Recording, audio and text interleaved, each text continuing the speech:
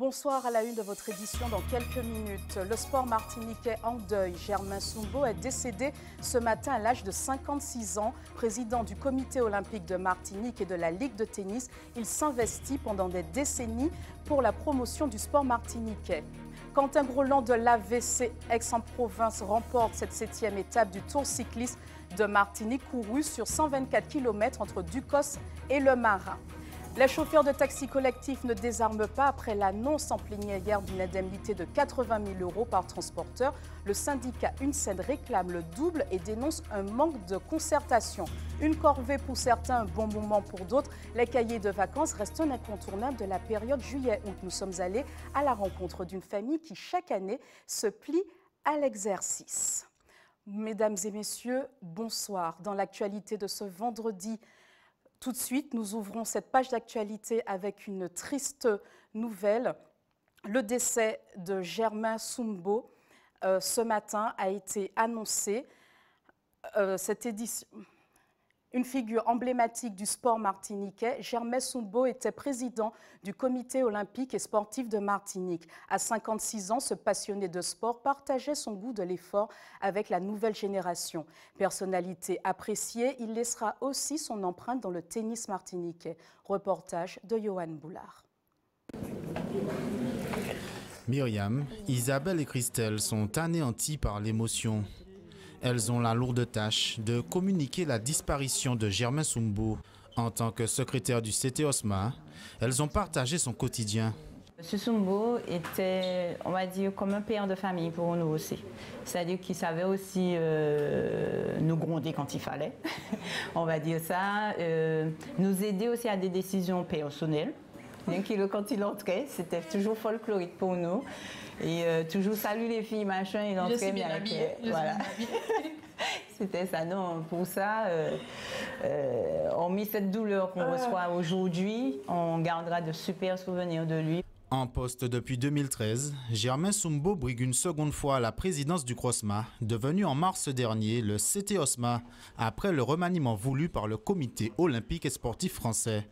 Le quinquagénaire, investi depuis des années dans la promotion du sport martiniquais, a naturellement poursuivi sa mission, voire sa vocation. Germain Soumbo, c'était, un visionnaire pour le sport en Martinique. C'est quelqu'un qui avait une idée, qui voulait mettre en avant le sport. Il voulait que le sport représente quelque chose pour la Martinique, tant au niveau local qu'au niveau international.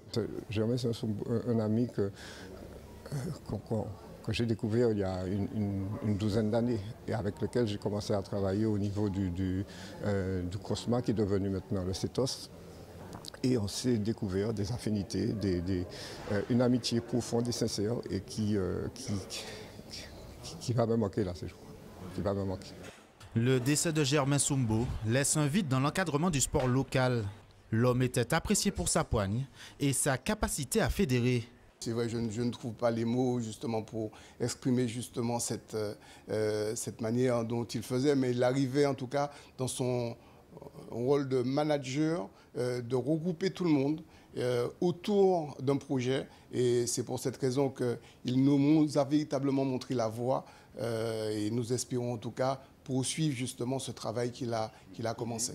Professeur d'éducation physique, Germain Soumbo était un pongiste d'exception. Tour à tour, il portera aussi les maillots de joueur et d'entraîneur au sein de la Ligue de tennis, dont il deviendra président en 2008. La Ligue est alors au bord de la faillite. Il a fait tout ce qu'il fallait pour redresser, pour remonter et remettre à un niveau stable la Ligue de tennis. Et ce niveau, nous l'avons en ce moment, ce qui nous permet de penser projet, pousser les joueurs, pousser les encadrants, amener les clubs à aller de l'avant, donc aider certains clubs, donc moi à monter des événements majeurs comme les ITF. J'ai personnellement une grosse douleur parce que c'est lui qui a créé les emplois jeunes du tennis dont je faisais partie pour pouvoir faire des Martiniquais monter au niveau de classement et au niveau au niveau des études pour pouvoir devenir brevet d'État et pouvoir en faire un vrai métier, pouvoir vivre du tennis. Sur les routes du Tour ce matin, la triste nouvelle a suscité un certain émoi. La nouvelle endeuille tout le monde sportif. C'est un dur moment, une triste nouvelle qui nous a terrassés au moment de l'apprendre parce que l'homme intégré dans notre sport. Nous avons eu régulièrement des échanges, toujours pour l'évolution de la jeunesse, la mise en place du Grand Prix du COSMA où on reçoit tous les champions et des projets qu'il a déjà réalisés, qu'il avait en vue de réaliser pour le sport en général. Un homme qui Tekamete griffantait, comme il se plaisait à dire. Sa plus belle victoire restera selon ses proches d'avoir acquis le droit pour les sportifs martiniquais de représenter leurs couleurs aux Jeux olympiques de la Caraïbe. Germain Soumbo s'est éteint à l'âge de 56 ans. Et nous adressons à sa famille, au nom de toutes les équipes d'ATV, nos plus sincères condoléances. Dans le reste de l'actualité sportive, la 7e étape du Tour cycliste de Martinique, longue de 124 km. La victoire est revenue à l'Aixois Quentin Groslo. Il s'impose au sprint devant Cédric Eustache du CCV au terme d'une échappée de plus de 100 km. Jean-Christophe Laurando du VCF complète le podium. L'Allemand Julian Hellmann conserve le maillot jaune. Des images signées Jean-Marc Carteron. Le résumé détaillé de cette 7e étape dans le magazine Tour à Tour, présenté par Stéphane Lupon, juste après ce journal. L'Union syndicale des entrepreneurs de transport, représentée par son secrétaire général Richard Marie-Rennes, a pris la parole ce matin sur la place des taxis collectifs à Fort-de-France. Le syndicat rejette la proposition faite par les élus de la CTM hier, à savoir une indemnité de 80 000 € pour les transporteurs volontaires au départ. L'USET déplore le manque de dialogue avec les élus et estime que le montant de l'indemnité proposée est insuffisant. Le syndicat réclame 150 000 € par licence. Voyez les précisions de Richard Marie-Rennes, interrogé par Marie Tricot. Nous qui avons sorti Bellefontaine, Saint-Pierre, Grand-Rivière, Fort-de-France, Sainte-Marie, nous avons accepté 80 000 €. Non, nous pas des mendiants. Nous avons dit, nous, une profession, nous, sans faute de commerce, c'est nous qui avons mis prix nous, ce n'est pas eux qui ont dit nous combien l'argent va battre. Si on a dit moi, ils ont organisé, et puis tous les transporteurs qui là, nous d'accord. Normalement, nous quittons le café, ça, ils n'ont pas jamais dit nous, pas travailler. Hein. Donc, et puis l'histoire de ça, ils ont fait là, bon, les grandes cars, les grandes bus qui là, ils n'ont pas dit nous arrêter carrosse, ils n'ont pas arrêter. Si on peut nous arrêter, c'est nous qui avons sur table et puis ils dit nous voilà, nous avons temps pour les manques à gagner, nous avons accepté. Mais pièce la loi pas qu'à dire comme quoi, on est en fonds de commerce, comme quoi on pourrait être tel endroit. Nous pas qu'à y faire. L'heure des grandes vacances a sonné, mais dans les grandes surfaces, juste à côté de la pelle et du râteau, on trouve les cahiers de vacances. Ces livrets pédagogiques indémodables permettent de réviser le programme scolaire. Un outil toujours très apprécié des parents. Marie Tricot a rencontré une famille qui chaque année se plie à l'exercice. Au programme ce matin pour Jade, 12 ans, mathématiques. Je suis en train de réviser la leçon addition et soustraction. Ok. Bon, si tu as des questions, tu me dis. La collégienne intègre une classe de 5e à la rentrée prochaine. Consciencieuse, elle s'acquitte de ses devoirs de vacances sans rechigner. Une leçon tous les 2 jours parfois, ou parfois, ça varie. J'aime bien travailler, donc... Les cahiers de français et d'anglais attendent eux aussi d'être étudiés au cours de ces 2 mois, loin des bancs de l'école. Pour chaque âge, des exercices adaptés. Paul Lou, 5 ans, a eu son premier livre de révision cette année. Tu fais bien attention de bien repasser sur les lettres. Voilà, là, le I. Pour Andy, leur maman, il ne s'agit pas d'interdire à ses enfants de couper avec le travail scolaire, mais plutôt de passer du temps en famille, en consolidant les acquis. Son demandeur, c'est un temps qu'on partage. C'est ça qui est assez sympa en fait. Ça permet de faire des choses ensemble et puis de voir s'ils ont des difficultés ou pas. Là, c'est le début des vacances, donc je ne vais pas commencer à lui dire tous les jours de le faire. Mais si je vois que début août, on n'a pas fait le quart du cahier, là, ouais, on imposera une demi-heure par jour. Les générations défilent Et ces cahiers de révision restent l'une des meilleures ventes des grandes vacances. Dans cet hypermarché, juste en face du rayon jouets, les éditeurs multiplient les formules pour tous les niveaux. Nous sommes approvisionnés dès fin juin, début juillet. Là, nous sommes déjà presque à court de stock. Les derniers parents vont quand même en trouver quelques-uns, pourquoi pas, pour maintenir le niveau scolaire de leurs enfants. Tous les ans, ça se vend bien. Essentiellement dédiés aux écoliers et aux collégiens, près de 5 millions de cahiers de vacances sont vendus chaque année en France.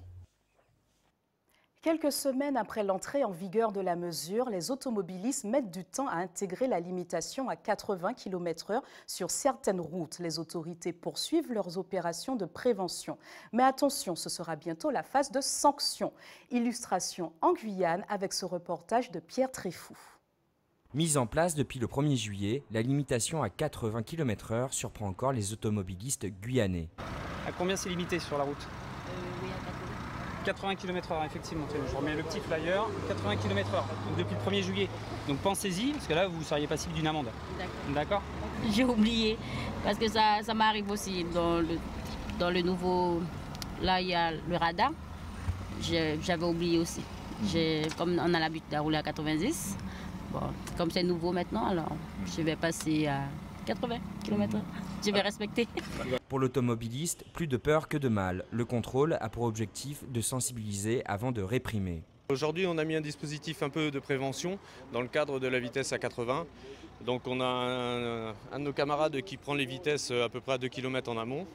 Il nous les transmet par téléphone. On arrête les véhicules, donc les vitesses, on s'attend à ce qu'elles ne soient pas trop importantes. On prévient les personnes, on leur rappelle la réglementation des 80 à l'heure. Et accessoirement, on les verbalise si vraiment les vitesses sont importantes.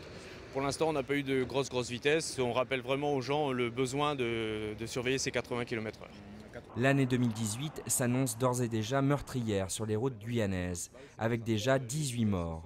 Il a été quand même démontré que rouler à 80, eh bien, ça permet, au niveau de la distance de sécurité, d'avoir un peu plus de champ pour pouvoir freiner à temps. Et puis, ça permettra aussi aux usagers de la route d'être un peu plus attentifs aux autres usagers et de partager la route, à mon avis, davantage. Les opérations de prévention vont se multiplier à hauteur de 2 par semaine et feront place ensuite aux opérations de répression. Un clic pour montrer au monde les beautés cachées de notre littoral et un clic pour la collecte de fonds qui permettra aux communes de s'équiper en outils préventifs contre les sargasses. Un projet pensé et mis en place par les étudiants de BTS Négociation Relations Clients du lycée de Bellevue en réponse aux nombreuses évasions de sargasses qui ont entaché l'image de carte postale de notre île. Bonsoir à vous deux. Bonsoir.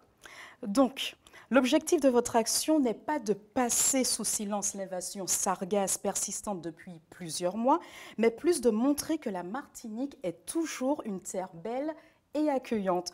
Pourquoi des étudiants de BTS Négociation se sont lancés dans un tel challenge? Très belle question. Alors tout d'abord, il faut savoir que nous sommes des futurs décideurs commerciaux, d'où notre BTS. Donc par ce fait, c'est une facilité pour nous justement de s'investir pour notre île, de la revaloriser, à son développement également. Et du coup, on s'est dit pourquoi pas faire une action. En plus, on est très sur les réseaux sociaux, donc en plus, comment Alors justement, dirais-je, c'est vous aussi qui avez inspiré cette idée ou ils l'ont trouvée vraiment tout seul? C'est un travail collectif, collégial. Nous sommes dans une équipe pédagogique nous cherchons de nouvelles manières d'intéresser ces jeunes aux apprentissages. Et ce projet qui est concret et qui correspond à une réalité qu'ils vivent eux, mais que nous vivons tous en Martinique, était l'occasion pour eux de leur permettre de valider des compétences pédagogiques tout en étant utiles pour leur île. Et comme la Rachel a très justement dit, ce sont des étudiants qui sont des futurs décideurs économiques. On a de très belles personnalités dans cette classe et c'est tout naturellement que ce projet s'est ensemble mis en place pour, avec les municipalités, et déjà celle du Diamant qui a accueilli ce projet avec beaucoup d'enthousiasme, mis en place ce projet viral, numérique. Et... Concrètement, comment cela se traduit-il? Donc il y a des clichés à prendre. Où peut-on envoyer ces clichés? Comment s'organise en fait cette action? Alors c'est très simple. Donc il suffit dans un premier temps de prendre des photos des plages, de nos plus belles plages, en fait, qui ne sont pas impactées bien sûr par les sargasses. Donc vous pouvez aller à Sainte-Anne, aux Trois-Îlets, peu importe la ville. Vous publiez ces photos sur Snapchat, Instagram, Facebook également. Adressé à qui alors? On va sur Snapchat et Alors ça peut être un compte personnel comme un compte professionnel, libre au choix. Donc bien sûr, il ne faut pas oublier de mettre le hashtag, donc Martinique Challenge, littoral magnifique. D'accord, très bien. Pour revenir un peu sur la pédagogie, avant de revenir, on va dire, sur cette participation que vous demandez à la population, quels sont les grands points? Vous avez parlé, c'est un projet pédagogique, mais quels sont les grands points mis en avant à travers cette action? Alors, en fait, la démarche, c'est de rendre l'étudiant acteur de son apprentissage. Venir en classe, dans un établissement scolaire, entre quatre murs, c'est bien, c'est nécessaire. Mais les manières d'enseigner ont évolué et ces jeunes qui sont très présents sur le net, qui communiquent beaucoup par l'image, ont aussi besoin de concret, de choses concrètes. Donc la proposition d'un tel projet, et il y en a d'autres au lycée qui se mènent dans d'autres sections également, c'est véritablement une réponse à notre sens au niveau de l'équipe pédagogique. C'est une véritable réponse à ces jeunes qui sont demandeurs, qui ont envie d'apprendre, mais différemment. Donc, cette présence aujourd'hui sur le plateau d'ATV pour venir communiquer, la rencontre avec des décideurs économiques, avec les municipalités, sont une manière pour eux de valoriser et de valider des compétences qu'ils devront utiliser dans leur parcours scolaire. Rachel et ses camarades ont une épreuve orale à présenter d'un projet commercial, donc la prise de parole en public, l'aisance orale, la confiance en soi sont des valeurs qui sont mises en avant à travers ces expériences-là. Et c'est pour ça qu'il est important que ce soit les jeunes qui soient vus et qui parlent et qui partagent leur expérience avec d'autres jeunes comme eux-mêmes, mais aussi moins jeunes. Alors, quel retour vous attendez en fait de la population que vous sollicitez? Alors, le retour qu'on attend, il n'est pas très compliqué. On veut juste que la population, justement, nous aide dans ce grand projet parce que ça ne nous concerne pas nous seulement, les étudiants du lycée de Bellevue, mais aussi tout le monde. Nous sommes tous concernés par cette évasion. Donc, nous invitons toute la population à nous soutenir et à nous aider, peu importe la façon. L'important, c'est d'aider. Alors, vous avez également lancé une collecte sur le site Letchi. Les municipalités, elles vous accompagnent aussi dans ce projet? Est-ce qu'elles vont communiquer au sein aussi de leur commune? C'est pourquoi cette collecte? Alors justement, nous avons créé une collecte en ligne sur letchi.com qui est au profit des collectivités justement, donc qui sera utilisée pour acheter du matériel anti-sargasse. Donc pour le moment, nous avons un partenariat justement avec la ville du Diamant qui a accueilli justement notre projet avec beaucoup d'enthousiasme et du coup, c'est qu'un début, du coup on continue à partager. C'est un appel à d'autres municipalités qui souhaiteraient aussi profiter et accompagner ces jeunes qui ont envie de valoriser leur territoire. En fait. Alors cette collecte, elle va servir à acheter quoi par exemple? Si vous avez des exemples concrets, par exemple, j'ai vu qu'il y avait peut-être des barrages. Des filets. Oui, des barrages, des filets anti-sargasses, des masques de protection pour ceux qui se déplacent sur les sites impactés. Donc vous avez recensé les besoins? Nous avons recensé déjà, en tout cas avec la ville du Diamant, nous avons déjà commencé à faire cette première évaluation. Et puis en fonction des demandes, et puis nous savons aussi qu'il y a un projet de chantier en insertion pour replanter, parce que nos systèmes écologiques sont très touchés également. Donc il faut envisager sur le long terme de replanter et de réalimenter un peu ces zones qui sont aujourd'hui détruites en partie. Et donc, il faut forcément des équipements pour aller sur ces sites-là, que ce soit des bottes ou des masques. Donc, notre souhait avec les jeunes, c'est d'apporter un peu notre pierre à l'édifice et d'aider ceux qui le souhaitent par ce biais de cette cagnotte en ligne, qui est une cagnotte solidaire, en fait. Alors, on va rappeler le hashtag, en tout cas. Donc, voilà. Donc, on va l'afficher, il va s'afficher. Pas de souci. Donc, c'est le hashtag Martinique Challenge, littoral magnifique. C'est le nom du projet, vous l'inscrivez. Et pour nous trouver, il y a la page Facebook de la section BTS NRC, lycée de Bellevue-Martinique, où toutes les informations aussi figurent. Merci d'avoir répondu à mes questions. J'espère que vous reviendrez nous faire un bilan de cette action. En tout cas, on prendra plaisir à vous recevoir. Merci de nous avoir accueillis. Merci à vous. Merci. Alors, Tout de suite, nous allons faire un point sur la qualité de l'air.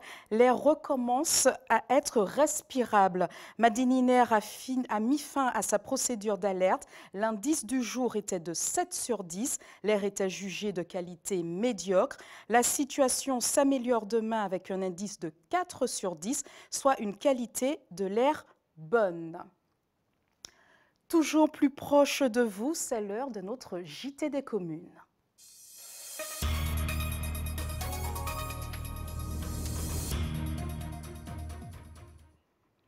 Ce soir, je vous propose de remonter le temps avec Hubert Bornil et de jeter un regard sur le passé à travers la passion d'un homme, Raphaël Lourel. Tout de suite, c'est le meilleur du JT des communes et c'est à Trinité.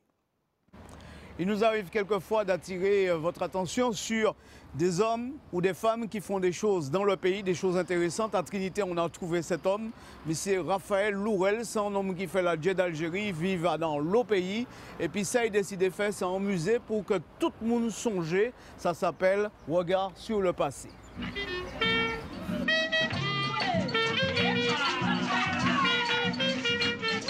Cela fait des années que M. Raphaël Lourel s'est installé au bourg de Trinité, collectionnant affectueusement ses vieilles lampes, vieux téléphones ou gramophones, témoins d'une époque passée dont les souvenirs restent à jamais gravés dans les esprits de certains.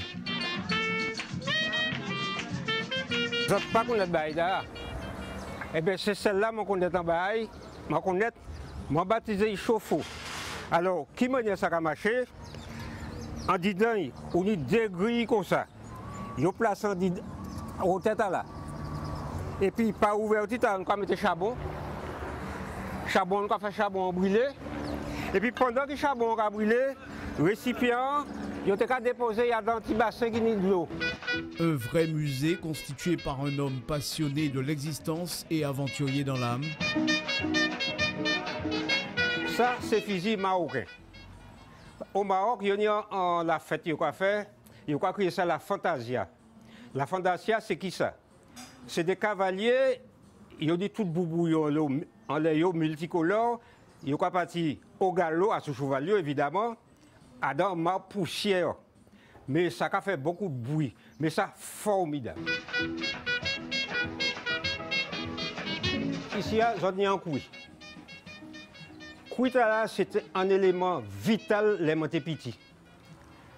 Et c'est lui qui t'a servi nous assiettes. Il vaut 1 euro, il vaut 2000, il vaut 30 000. C'est mon préféré parmi tout ça qui est ici.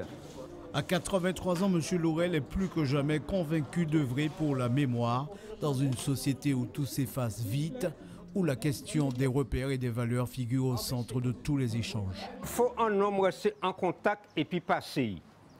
Si vous ne connaissez pas passé, vous ne pouvez pas aller plus loin. Ça, c'est un rara. Je connais l'expression, ou qu'à parler qu'on en rara la semaine sainte. Parce qu'avant, pendant la semaine sainte, cloche était à l'arrêt, il n'y a pas de tourner. Alors, c'est puis ça, par exemple, il y a début de la messe. Et puis ça, il y a signalé où il a fait la messe aussi. Et comme on dit dans ces cas-là, l'heure n'attend pas. M. Lourel, en tout cas, nous passons un bel petit moment époux, un bel petit moment d'histoire, une belle tranche de vie. Merci en chai, bon fosse. Et puis continuez. Hein? Allez, à bientôt. À bientôt. C'est la fin de ce journal. Je vous rappelle les principales informations développées ce soir. Le sport martiniquais en deuil. Germain Soumbo est décédé ce matin à l'âge de 56 ans. Président du comité olympique de Martinique et de la Ligue de tennis, il s'est investi pendant des décennies pour la promotion du sport martiniquais. Quentin Groslo de l'AVC Aix-en-Provence remporte cette 7e étape du Tour cycliste de Martinique, courue sur 124 km entre Ducos et Le Marin. Les chauffeurs de taxis collectifs ne désarment pas après l'annonce en plénière hier d'une indemnité de 80 000 € par transporteurs. Le syndicat UZ réclame le double et dénonce un manque de concertation. Une corvée pour certains, un bon moment pour d'autres, les cahiers de vacances restent un incontournable de la période juillet-août. Nous sommes allés à la rencontre d'une famille qui chaque année se plie à l'exercice. Restez avec nous dans un instant. Stéphane Lupon vous présente le magazine Tour à Tour avec les résultats et les plus belles images de l'étape ainsi que les analyses de notre consultant. Votre prochain rendez-vous avec l'info locale, c'est demain à 18h50. Je vous souhaite une très bonne soirée sur ATV.